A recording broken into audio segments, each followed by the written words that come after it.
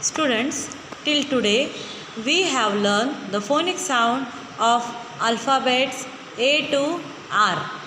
Today we will learn the new phonic sound. The phonic sound of capital S and small s is S. S for sun. S for sun. S for six. S for six. S for seven. S for seven. S for soup.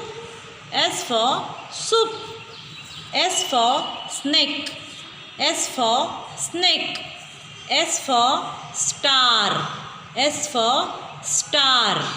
S for soap.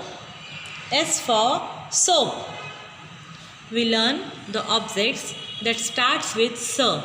That is sun, 6, 7, soup, snake, star and soap. When the alphabet H comes after S, the phonic sound becomes sh. The phonic sound becomes sh. That is S-H-I-P, ship. This is the ship. The phonic sound of ship is sh. Why? Because the H comes after S. Like this, shirt, shoe and ship. These are the words that starts with sh because the H comes after S. That is sh.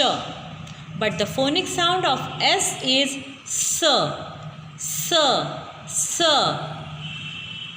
Why the sh?